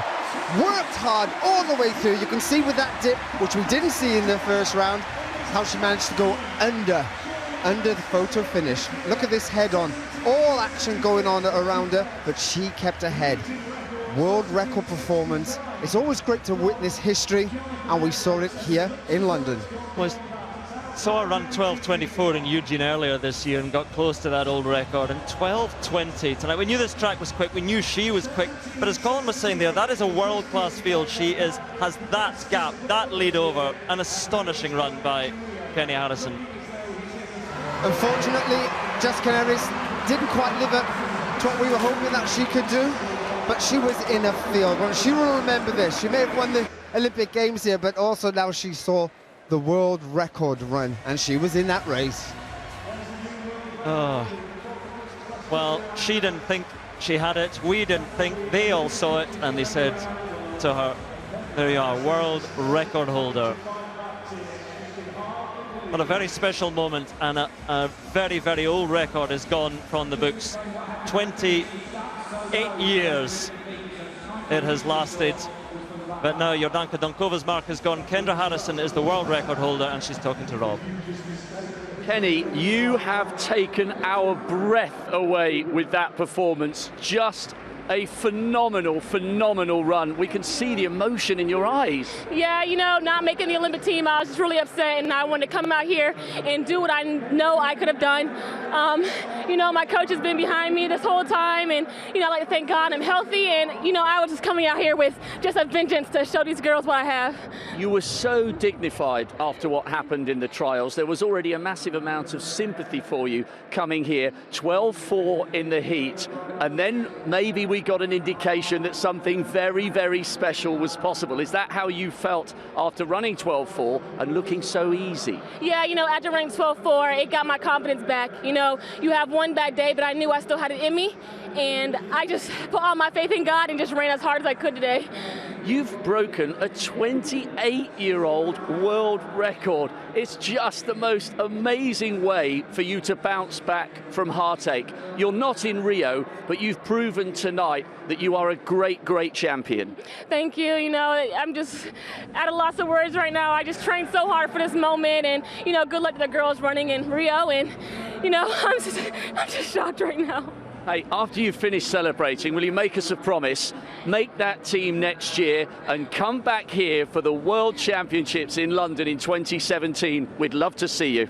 I'll be back. Thank you. Well, moments don't come much more special than this. Look at the face, look at the reaction, look at the joy. Can it make up, though, in any way for the fact that she is not going to be there in Rio? She takes a world record away from London, but we're going to miss her. We're going to miss her brilliance in Rio, Michael. If I was angry before when I saw her in the heat, I'm now incandescent. Yeah, but the thing is, I mean, I said to Denise right before that race, I said, she's out here to break a world record to make up for that. And there are two things that every track and field athlete wants. You want an Olympic gold medal, you want an Olympic champion, and you want a world record. She's already got one, and she's still at the very beginning of her career. She has so much ahead of her. Will that make up for it? Absolutely. World records are special. That record stood for 28 years. someone's going to be World Olympic champion next year, someone's going to be Olympic champion in 2020. That record could stand for another 28 years, and that is one of the things in terms of your resume that you want at the top, world record holder, and now Keni Harrison can say she's world record holder. Yeah, when people look back on careers and greatness, it's one of the things that you are judged and measured by. Yes, you are, but gold medals is why we get into the game. We dream about becoming Olympic champions. But, you know, we looked at it in her eyes and we could see how much she wanted it. And we've seen about her flawless technique, which she demonstrated right here. Every sinew of her body drove to the line and got her over these hurdles. Okay, but her rhythm speed is incredible. I mean, just see her dead center down the lane. Going on around her, and nobody is near her. Nobody's near her. Nobody on the shoulder to even push her. She runs her own race. I mean, Brianna Rollins is one of the best in the world. I mean, look at what she does to the best hurdlers in the world, and some of the best there's ever been. She's almost a hurdle ahead. When I saw that time come up, I was just shocked because I was like, 12:50, can't be. I mean, because you could just see, I've never seen a race like that. We've seen lots of hurdle races, but that was absolutely flawless, and now she knows it. And yes, Gabby, that makes up for it. I mean, and I'm so happy for her because this is going to be a long, difficult summer without that, but that makes it a lot better for her. I love Ali's face as well when Shinia Ali got hold of her, because you can see there, you know, yeah, you're competing against each other, but every single one of those athletes knew that that is a moment, that's a moment in time that if her record lives for half as long, it'll be 14 years, you know, so, you know, this is her cementing her place in hurtling history. Absolutely, and we've seen the likes of Sally Pearson come close. We've even seen Rollins at one stage think that she was going to break it, but to do it after, you know, the disappointment of not making the Olympic team is all the more special. Yeah, she's certainly an incredible athlete. She's lit up this stadium tonight that it was already cackling with enthusiasm and excitement. It's going to see Usain Bolt a little bit later on the track. But we're going to get back on with the action now. There's been almost a slight delay in proceedings here while everybody just soaks up what happened and what they've just seen here tonight. So let's get back down to the action, and it's the women's 1500 meters with Steve Cram. Yes, it is. That's our pacemaker, Chanel Price, and she'll be asked to set a good pace for Laura Muir, who's again in great form. We'll be hoping she can go to Rio and really contend. Sifan Hassan, who won a medal, of course, last year, has had injury problems this year, trying to get back into top form. Good British representation, Steph Twell and Ailish McColgan running the 5,000 in Rio, dropping down the 1,500 here. The Australian Lyndon Hall, who's had a cracking year so far this year. Laura Waitman, of course, will join Laura Muir at the Olympic Games. Barta from Sweden, again, one who flips between the 1,500 and the 5,000 metres. And then Morgan Husseini, Maureen Costa from Netherlands, and Mbai from Ethiopia right on the inside. Charlene Thomas was due to run, but sadly taken ill, so not starting. Still with 15 athletes in the field, the women's 1,500 metres. And for the likes of the two British representatives in Rio, a big opportunity to get a confidence-boosting performance in. So Chanel Price has been asked to take them through in around 2.8, so she'll probably go something like 63, 65. She's pretty experienced at that, and not surprisingly, Laura Muir has slotted straight in behind her. Means business. Had a great run in Oslo, Paula, and Laura Waitman and Laura Muir, I think, got into a messy race in Stockholm. They'll be hoping that doesn't happen here tonight, you know, when the pacemaker went out and then everybody gathered together. So I suspect we might see the two of them trying to clear out a little bit more tonight. Yeah, I think so. I mean, Chanel Price is very experienced. She was the pacemaker for the world record with Gentaveda Barber in Monaco last year, and she knows how to run the even-paced couple of laps that they need to string out the field. And with a field of this size, you need it to be strung out as well. And it's good to see Laura Muir running positively, running aggressively, and Laura Waitman moving up to get onto her shoulder. Just behind there, you've got Lyndon Hall, who's been running so well this year, and Amanda Eccleston moving there into 4th place. One of that heartbreaking missed out on, and another one missed out on Olympic selection in probably the story of the US trials following Brenda Martinez's fall. But she's obviously running to capitalise on the form that she's in this year and to come out and race the rest of the season, as is Morgan Usaini further back, 5th in those trials. Sifan Hassan just starting to move a little closer. Hassan, who had such a brilliant last couple of years, and with one or two, well, a big injury problem with her hamstring since the World Indoor Championships in March, but starting to come back to some sort of form now. A bit of a gap starting to appear here as Laura Muir hangs on to Chanel Price. The others look a little bit reticent to go after Laura Muir, so that gap starting to be created. So Sifan Hassan deciding, right, I'm after the Scot, as they come round with 2 laps to go. Laura Muir following Chanel Price. It's a reasonably quick pace here. Sifan Hassan moving quickly to close that gap, and obviously she recognises the danger. Laura Muir is a top-class athlete, 5th in the World Championships last year, but she's done this before, go out hard behind the pacemaker, and she's carried it through in Oslo. We've seen that. She has the capacity to do that and the capabilities. Sifan Hassan recognising that and moving up to close the gap. We look at Laura Waitman just a few places further back there, also working to close that gap, as is Maureen Costa there. So Laura Muir leading, Sifan Hassan, then Korea, the diminutive Kenyan, then Laura Waitman in 4th place, Maureen Costa just moving up, but Laura Muir just putting her foot down a little bit here and trying to move away from the field, and only Hassan going with her. Sifan Hassan, the world indoor champion, as I said, who'd been struggling with these injuries, now starting to come back to her best, and these two well clear as Waitman moves into 3rd with Barter of Sweden starting to come up, and Laura Muir attacking this from the front, and the crowd trying to lift her. These two a good 10 metres clear of the field as they take the bell. Yeah, Laura Muir has prepared well for this race. She's prepared up at altitude, as has Laura Waitman. She's been down and raced in 800 metres in Padua, which went well, very close to her personal best, and you can see the way she's attacking that. She knows who's sat on her shoulder, but she also knows that she's in shape this year, and she has the capabilities to hold off Sifan Hassan this year. Well, this really is aggressive running from Laura Muir. Down the back straight, she's opened up. Look at the grit that she's showing here. The teeth there bared as she fights to pull away from Sifan Hassan, and she's managing to do it. It really is a stunning run. Sifan Hassan gives it up, looks behind. She's well clear in 2nd place, but Laura Muir coming into the home straight, and this is a massive performance from her. She's heading for a very quick time here as well. Laura Muir will be clock watching all the way down here. She's got this race won, that's for sure. And Laura Muir, a long, long way ahead. Is she going to run in the 4 minutes? It's a massive performance. 3:57.51, and that is a new British record, I think, if it gets confirmed. Kelly Holmes has been obliterated from the best of all-time British athletes by Laura Muir of Scotland and Great Britain. The 23-year-old was so strong on that last lap. Yes, it's a meeting record, but have you ever seen, Paula, the strength coupled with the speed, obviously, but she was aggressive from the start, and what a reward for her.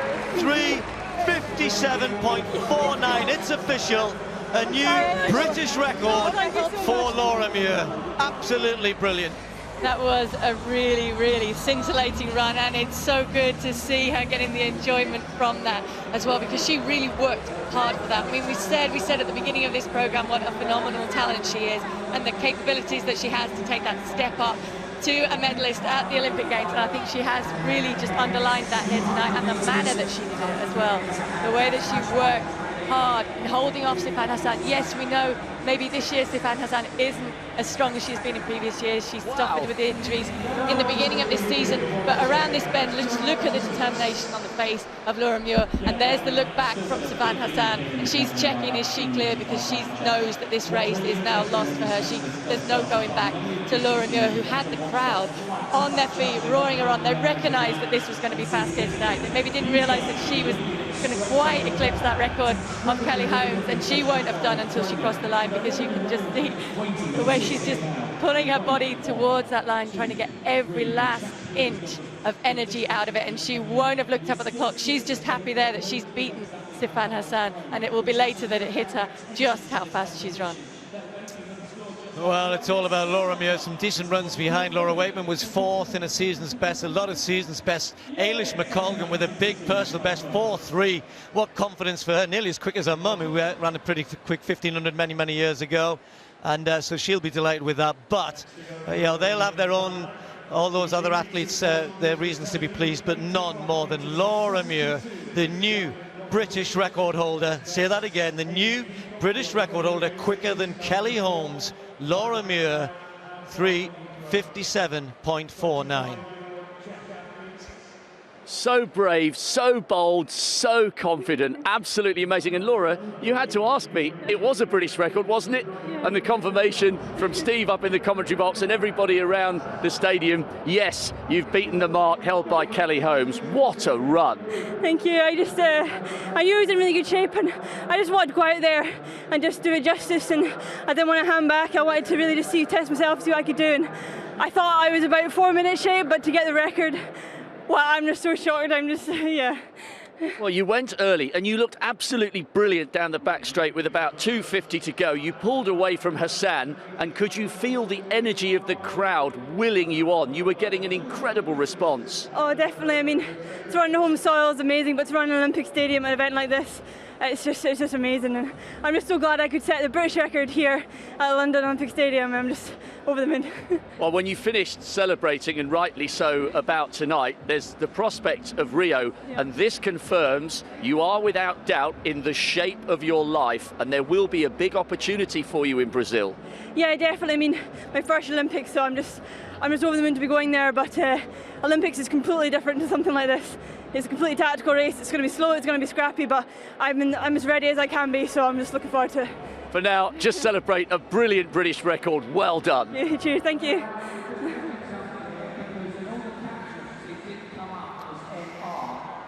Well, what a night we're all having, but for Laura Muir, this will be something she will remember for the rest of her life. A great setting in the Olympic Stadium here, a meeting record, but more importantly, a British record, 3:57.49. A host of seasons best behind. Hassan was second, much better from her. Barter just pipped Laura Wakeman for third spot by 400. And as I said, Ailish McColgan with a big personal best, 4:3.74.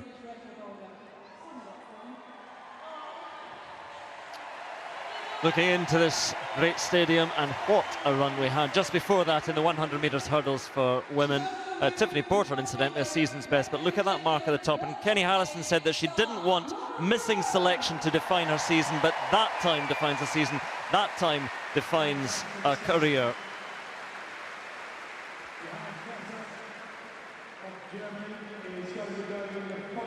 Well, it's an amazing stadium. Christian Taylor, victorious here 4 years ago in the triple jump, has been a class apart throughout the competition. We're in the last round. His 2 valid jumps he's had would have won anyway. He's won the competition. Last jump, and it's a big one. Well, I thought we were going to have to settle for something relatively mediocre, given the very dizzy heights of success we've seen from Taylor. Came within 8 centimetres of breaking Jonathan Edwards' world record en route to taking the world title last summer. And Taylor stamps his mark, his authority on this event in the last competition prior to Rio. Very close to 18 metres. That looks almost perfect on the board. Slight glitch in his season so far is that he was beaten in the American trials by his teammate Will Clay. Pichardo of Cuba has been named, possibly Taylor. Well, look at that, 17.78, undoubtedly the favourite, a world lead. Well, what runs we've seen in the last 2 events, a world record, a British record. The fast men have a lot to live up to. This the lineup for the final of the men's 100 metres. 2 Britons in there, and Jimmy Vico, the fastest qualifier, goes for France in lane 4.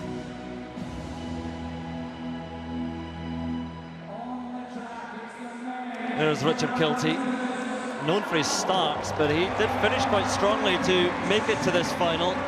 And again, a man with a point to prove. Didn't make qualification for the individual 100 in Rio. Will be there as part of the relay squad. 10:01 last week in Northumberland. Kim Collins was out so quickly in his heat, and then just faded a little bit. And again, can he cope with running 2 races within an hour and a half of each other? Sometimes can cramp up. Isaiah Young goes in lane 3 for the United States.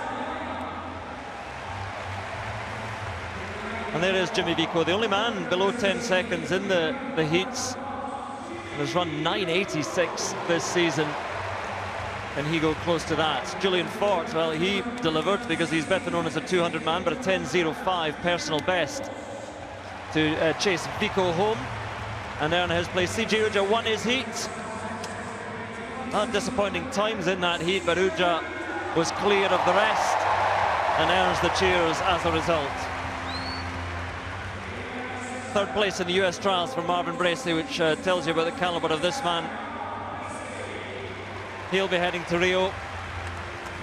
Chirandi Martina won the 100 in Amsterdam at the European Championships recently. Made the final of the 100 and 200 here 4 years ago. Mike Rogers, what experience he has, and always a great starter. And he goes on the outside in lane 9.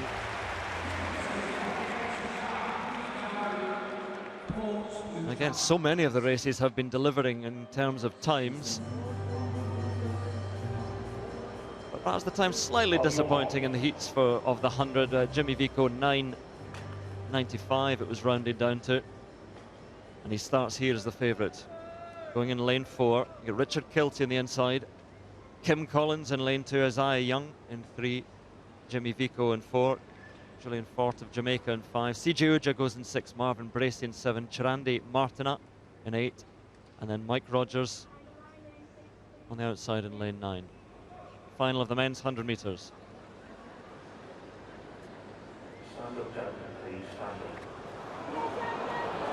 Murmur from the crowd, just asked to stand up. Wasn't any noise going on, so this must have been something that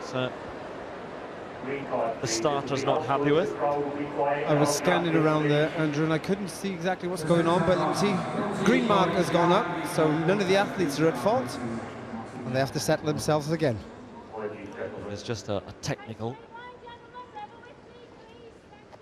Do not argue with her. Kilty, Collins, Young, Jimmy Vico, Julian Fort, CJ Uja, Marvin Bracey alongside him, Chirandi Martina, and Mike Rogers. Vico once again settles in, and once again the stadium falls silent.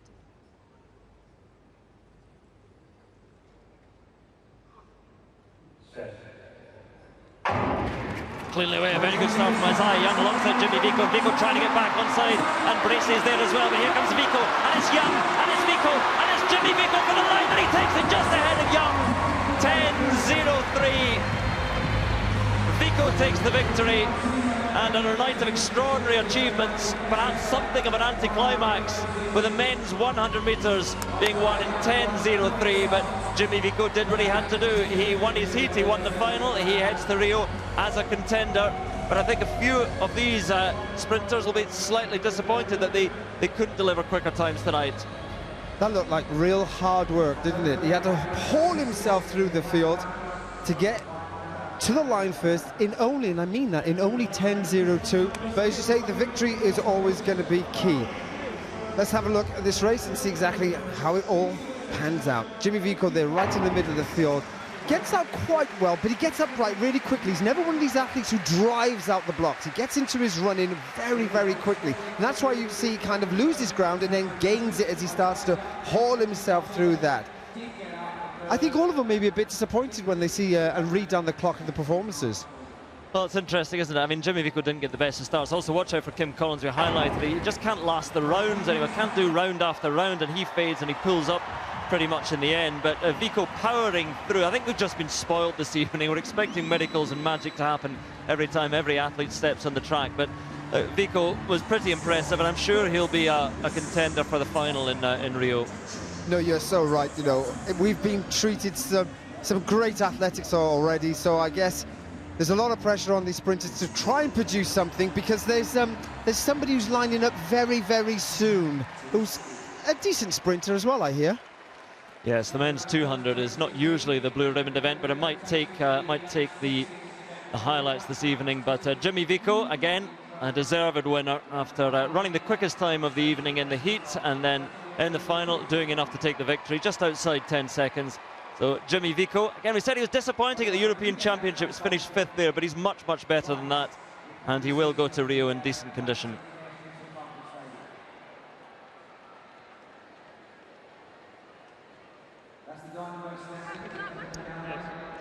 Well, Jimmy Vico is just taking a moment to compose himself. There he is. He's got his energy back. Jimmy, félicitations. 9.86 earlier this season. Not so fast tonight, but you've had a good year. Do you take confidence from this going forward for Rio? I'm sorry, I speak little English, but I'm very happy. I'm winner this year. The last year, I finished 5th. I'm very happy. I'm to prepare to Rio 2 weeks, and let's go. Well, well done. Your English is better than my French, so we better call it quits there. But the very best of luck in Rio. You've posted some cracking times this season. See you in Brazil. Thank you.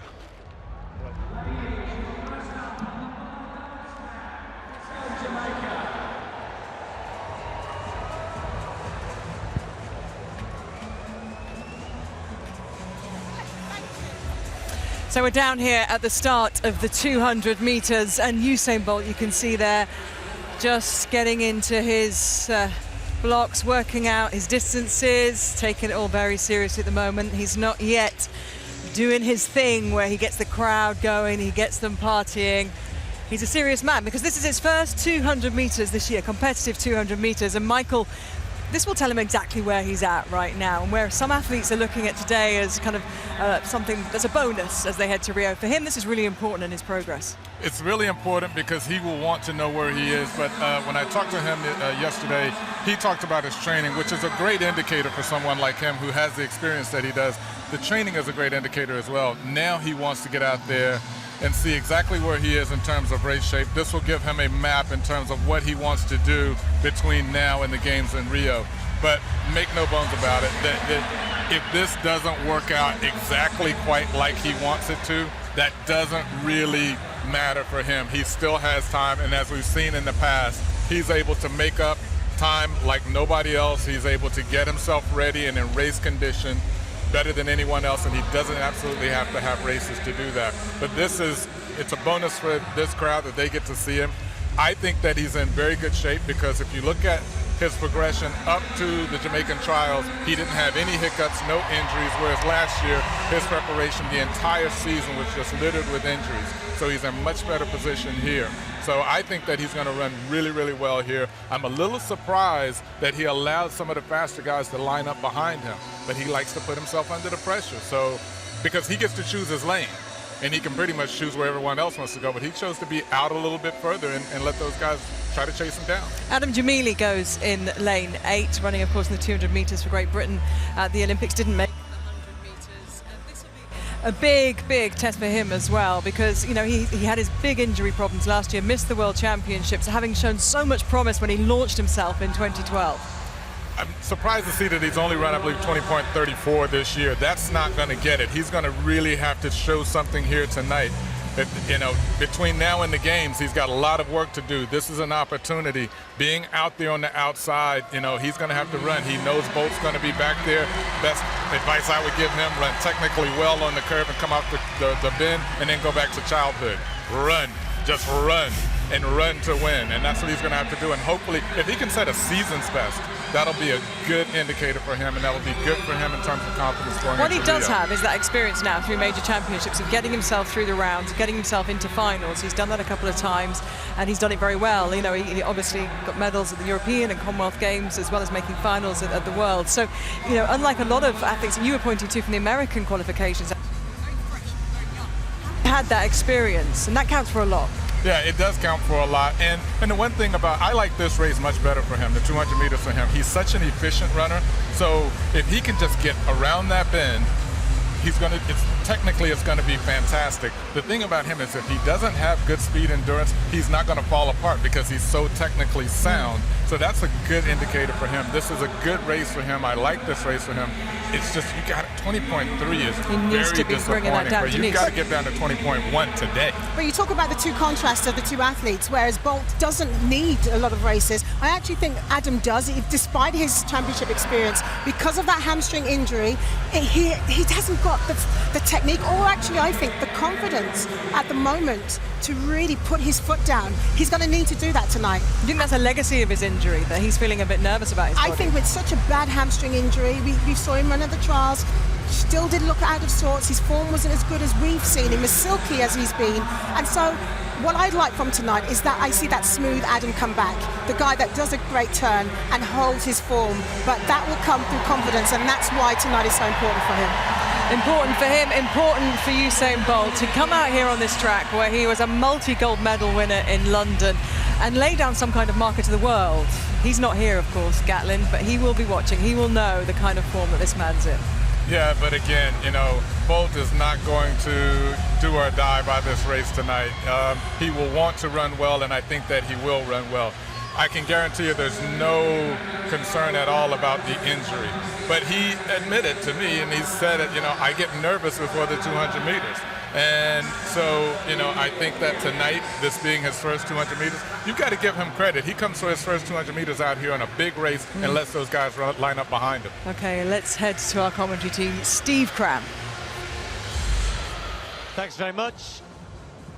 And Michael making some very valid points there around, where everybody is in terms of preparation for Rio. And Bolt has to do something which most other athletes, well, all other athletes don't have to do. He's all the demands he has this week for all types of media, etc. Also has to take all of that in his stride, which he usually does, of course.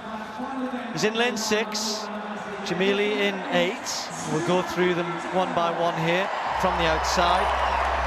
Now this man, if you want to see somebody who gets a surprise when he was told he'd won the gold medal at the European Championships in Amsterdam because Martina had been disqualified, well, he certainly showed it. Jamili, well, chatting to him at the hotel. He's a little bit of a cold earlier in the week, so he was going to run the 100 heats today, but only in the 200, so let's see how he goes here. Alonso Edward getting back into some very good form, won the Diamond League in Monaco. Here he is, though.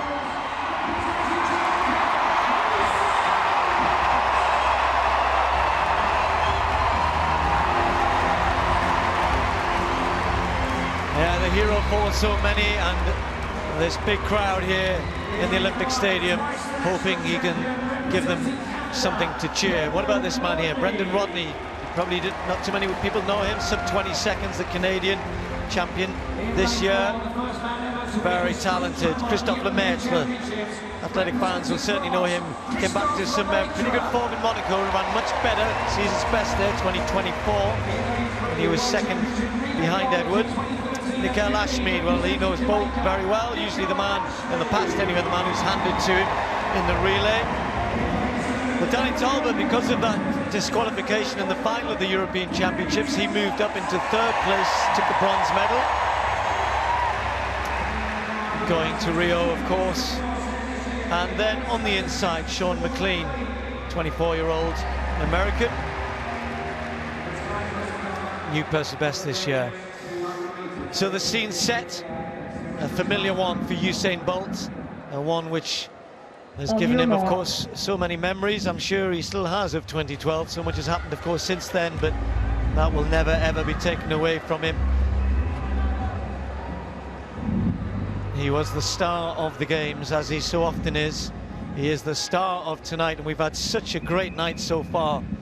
What can this great man, this great athlete, deliver for us? The men's 200-meter final.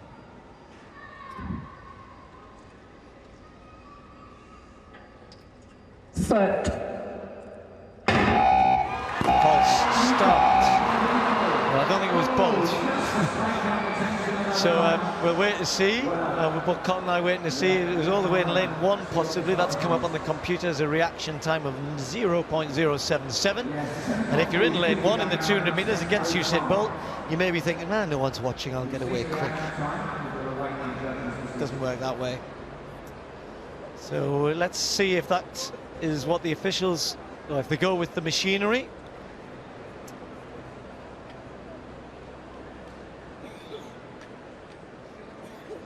That all just adds a little, doesn't it, Colin, to the drama? We love drama. We love drama. We love drama. But that will relax that man, won't it? Because he is under a little bit of pressure, because he's now thinking to himself, what do I need to do?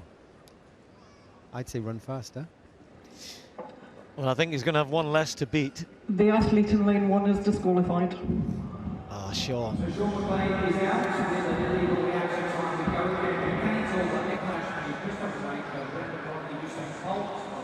Sean McLean, this may well be, I'm trying to think in terms of big meets. He did run in the Oslo Diamond League and in Birmingham, but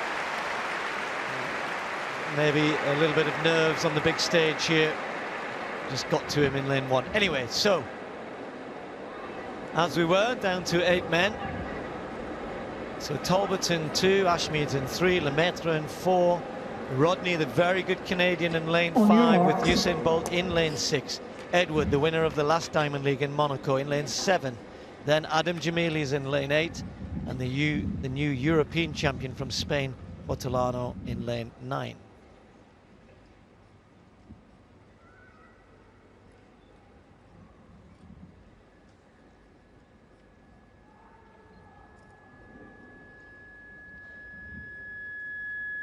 Stand up, gentlemen, please. Well, this isn't going well, is it? You could hear the interference that was coming through the speakers, which in the start it was right to bring them up. It's nobody's fault there, and the crowd surely, I'm sure they heard it as well. Shouldn't really jeer, Colin. Got to be fair to the athletes. No, you've got to give them that opportunity, really, to concentrate and focus. This is a big race for many of these athletes, remember. And no bigger race than for this man here. Maybe the mechanisms get nervous. Jamili staying calm, as indeed is Bolt, I'm sure. Doesn't help, though. On your marks. He wants to win this, and just a quick reminder, the fastest time in the world this year, though, is 19.74, LeSean Merritt, so far this season.